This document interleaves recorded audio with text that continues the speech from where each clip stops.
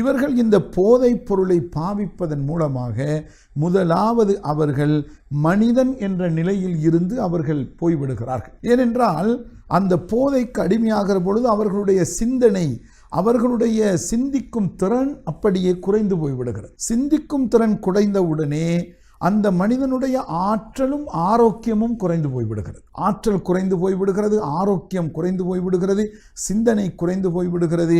இந்த மூன்றும் ஒரு மனிதனுக்கு இல்லை என்று சொன்னால் அவன் ஒரு நடைப்பிணமாகத்தான் உலகத்திலே வாழ்ந்து கொண்டிருக்கிறான்.